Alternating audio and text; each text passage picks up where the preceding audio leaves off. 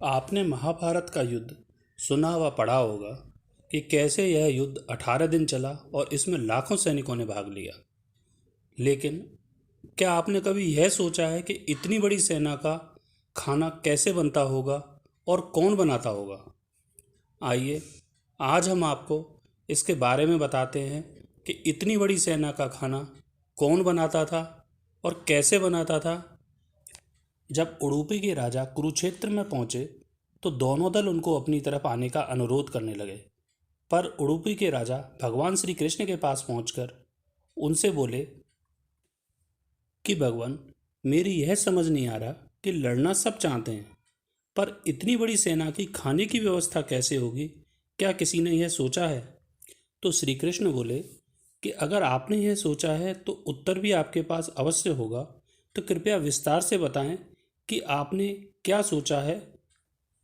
इस पर उडुपी के राजा बोले कि भगवान, मैं इस युद्ध में शामिल नहीं होना चाहता, क्योंकि यह युद्ध दोनों भाइयों के बीच में लड़ा जा रहा है। पर मैं यह चाहता हूँ कि मैं अपनी सेना के साथ सभी सेनाओं के भोजन की व्यवस्था देखूं। तो इस पर भगवान श्री कृष्ण तुरंत तैयार हो गए और कहा कि आपके संरक्षण में अगर भोजन व्यवस्था रहेगी तो हम भी निश्चिंत रहेंगे, और आप दोनों तरफ की सेनाओं के खाने पीने की व्यवस्था देखें। और इस बात पर उडुपी नरेश तुरंत तैयार हो गए। और जब पहले दिन का युद्ध खत्म हुआ तो दोनों ओर की सेनाओं ने भोजन कर लिया, लेकिन एक भी दाना व्यर्थ नहीं गया। और ऐसा ही रोज होता, जबकि प्रतिदिन सेना कम होती जा रही थी, पर दिन के अंत में खाना खाने के बाद अन्न का एक भी दाना खराब नहीं होता। इस पर दोनों सेनाओं के योद्धा भी आश्चर्यचकित थे कि ऐसा कैसे होता है कि रोज सेना कम होने का आखिर राजा उडुपी को कैसे ज्ञान होता है कि जिससे वो उतना ही सीमित खाना बनाते हैं जो खराब नहीं होता। धीरे धीरे युद्ध खत्म हुआ और पांडव युद्ध जीत गए और महाराज युधिष्ठिर का राज्याभिषेक हुआ। उसके पश्चात युधिष्ठिर से रहा नहीं गया और उन्होंने इसका राज उडुपी नरेश से पूछा कि महाराज, आखिर बताएं कि आपको ये कैसे पता चलता था कि आज कितने सैनिक कम होंगे, जबकि इतने बड़े बड़े योद्धा मैदान में थे। इस पर उडुपी नरेश ने महाराज युधिष्ठिर से ही ये बात पूछ ली कि अगर आपसे ये पूछा जाए कि कौरवों के पास इतने बड़े बड़े योद्धा थे, महाराज कर्ण, द्रोणाचार्य, अश्वत्थामा और पितामह भीष्म जैसे, लेकिन फिर भी युद्ध वो हार गए, इसका क्या कारण था?